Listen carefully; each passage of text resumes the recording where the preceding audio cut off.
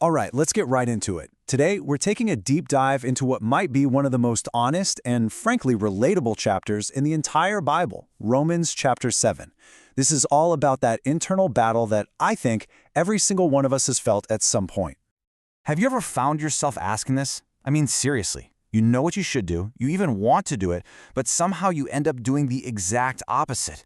It is so frustrating, right? Well, you're not alone. The Apostle Paul is about to break down this universal human struggle for us. So let's see how he unpacks it.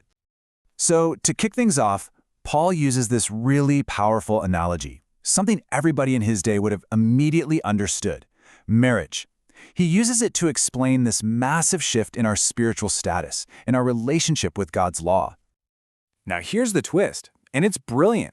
Paul doesn't say the law is dead. No, the law is good. It's from God. Instead, he says that we are the ones who've become dead to the law through what Christ did. Think of it this way. Our old self, the one that stood condemned by the law, well, that self has died, and this death frees us up for a brand new relationship. And this just lays out the contrast perfectly.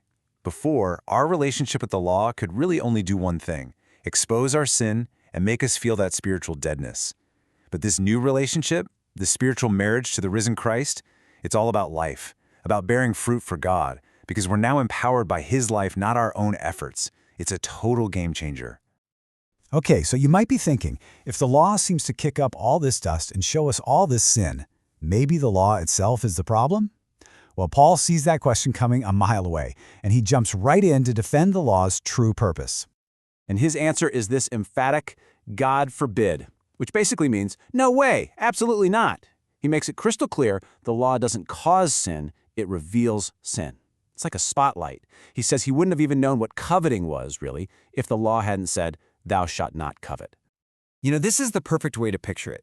An X-ray machine doesn't break your arm, right? It just shows you the break that's already there. And that's exactly what the law does. That's why it's holy and just and good, because it gives us a perfectly accurate diagnosis of our spiritual condition. It shows us the real problem. So here's the bottom line. The law is not the villain here. Paul actually personifies sin, talking about it like it's this enemy agent that hijacks the good law. Sin sees the commandment, that clear boundary, and uses it as an opportunity, a launching point, to trick us and lead us to defeat. And this leads us right into the most intense, personal part of the whole chapter. Paul switches to the present tense, and it feels like we're reading his diary. He describes this brutal civil war that's just raging inside of him. He says, look, the law is spiritual. It comes from God. But me, I am carnal. Now, what he means by carnal isn't just about the physical body. It means unspiritual, operating out of human weakness, out of my own strength. It's this feeling of being totally overpowered, like a slave who's been sold to a master named sin. And boom, there it is, that paradox that drives us all crazy. This is the classic experience for anyone who is trying to live a good life through sheer willpower. You know what's right, you even want to do it, but you just don't have the power to pull it off. It's a miserable cycle of failure. To really get this battle, we have to understand this key term, the flesh, or sarx in the original Greek. Now, this is super important. It's not about our physical bodies being evil, it refers to our fallen human nature. That part of us that insists on trying to do things on its own, relying on self-effort, completely separate from the Holy Spirit. That's the real enemy in this fight. So Paul says it's like there are two competing laws inside him. On one hand, you have the law of my mind. That's the inner self that agrees with God's law, that actually delights in it.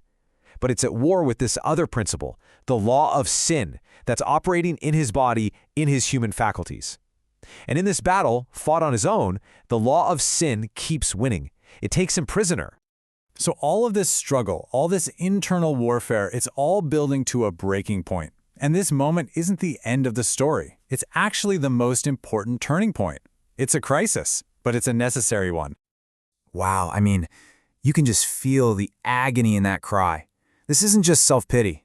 This is the sound of a man who has tried absolutely everything in his own power, exhausted every last ounce of willpower, and has finally completely hit rock bottom. He's at the end of himself. Now pay very close attention to the question he asks. This is so important. He doesn't ask, what shall deliver me? As in, what new rule? What better strategy? What new self-help technique? He asks who. He finally gets it. His problem doesn't need a program. It needs a person. It needs a rescuer. And right there, at the absolute lowest point of despair, the answer breaks through like the dawn. The rescuer has a name. Deliverance isn't a method, it's a person. Jesus Christ. This single sentence, this cry of thanks, is the bridge that carries us out of the struggle of chapter 7 and into the victory of chapter 8. So, what does this all mean for you and me today? How do we get off this hamster wheel of trying and failing? Well, Paul's journey here actually shows us the way. It's about moving from trying to trusting. So let's break down some practical steps. Okay, first things first, we have to get to that same place Paul did. We have to acknowledge our own powerlessness, to cry out, "Oh, wretched man that I am," and really mean it. Second, we have to consciously stop striving. We have to quit trying to win this war with our own grit. And third, we learn to surrender daily, even moment by moment, to the Holy Spirit. You see, real victory isn't found in trying harder, it's found in trusting more deeply. So listen, if this struggle we've been talking about feels painfully familiar, please don't lose heart. This battle isn't a sign that you're a failure. It's actually the training ground where we learn what it means to be radically dependent on God.